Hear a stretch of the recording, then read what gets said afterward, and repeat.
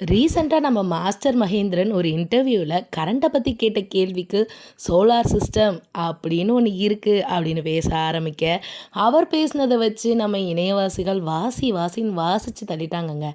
அவங்க போட்ட ட்ரோலில் அட நான் அப்படி சொல்ல வரலங்க அப்படின்னு ஒரு விரிவான விளக்கமும் கொடுத்துருந்தாருன்னா பார்த்துக்கோங்களேன்.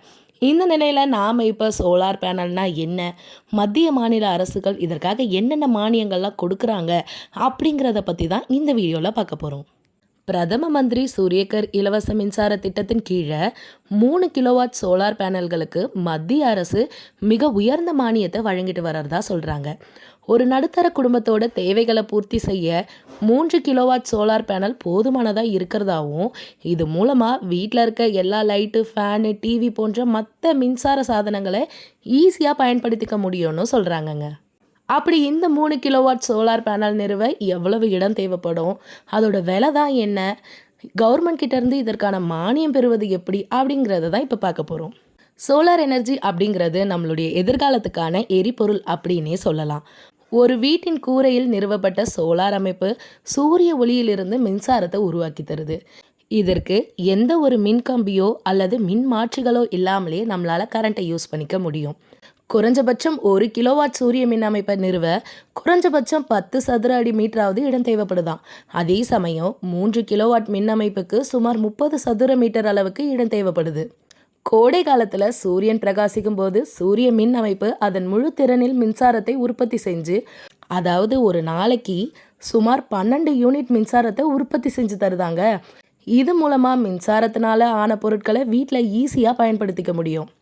ஒரு 3 கிலோவாட் சூரிய மின் தகடு அமைப்பு 6 உறுப்பினர்களை கொண்ட ஒரு சராசரி குடும்பத்துக்கு போதுமானது அப்படின்னே சொல்கிறாங்க. இது பெரும்பாலான வீட்டு மின்சார தேவைகளை பூர்த்தி செஞ்சிடும் அப்படின்னும் சொல்கிறாங்க.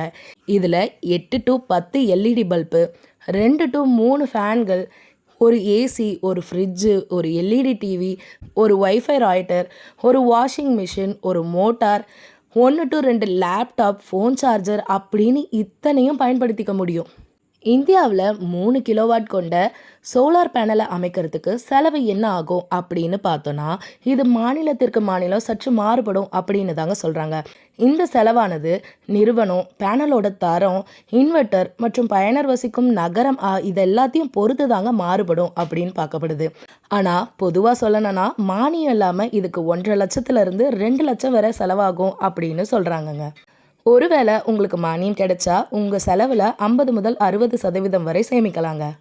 இதோட செலவை ஒரு 3 பிரிவாக பிரிச்சுக்கலாம். அதில் 1 ஆன் கிரிட்.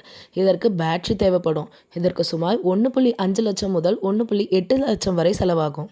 அடுத்ததாக ஆஃப் கிரிட். இதுக்கு சூரிய ஒளி இல்லாத நேரத்திலும் பயன்படுத்த பேட்ரி அதில் கட்டாயமாக தேவைப்படும். இதற்கு சுமார் 2 லட்சம் முதல் 3 லட்சம் வரை செலவாகும்.